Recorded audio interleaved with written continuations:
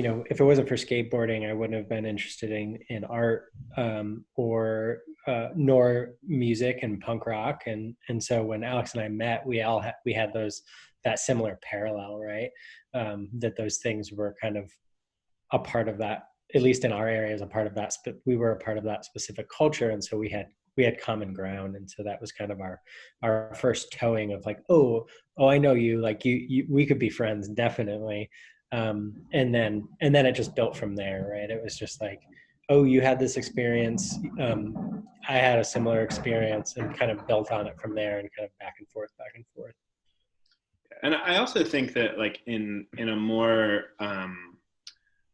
kind of like foundational kind of underpinning of our practice, that that space of adolescence was one that was incredibly permissive, as opposed to being in these other realms that are prescriptive around like adults basically dictating like how you should function, what you should be doing, how you should be spending your time, how you should think about the world, like how you should think about your future.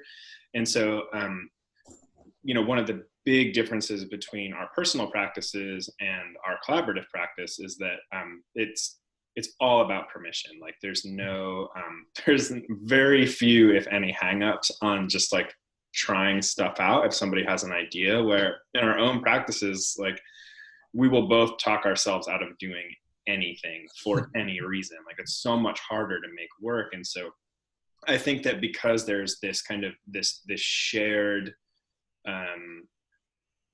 ideological foundation about how to operate in the world, through this lens of permission giving, that kind of space of growing up that's fundamental to kind of identity shaping, has played a really big part in how we work together.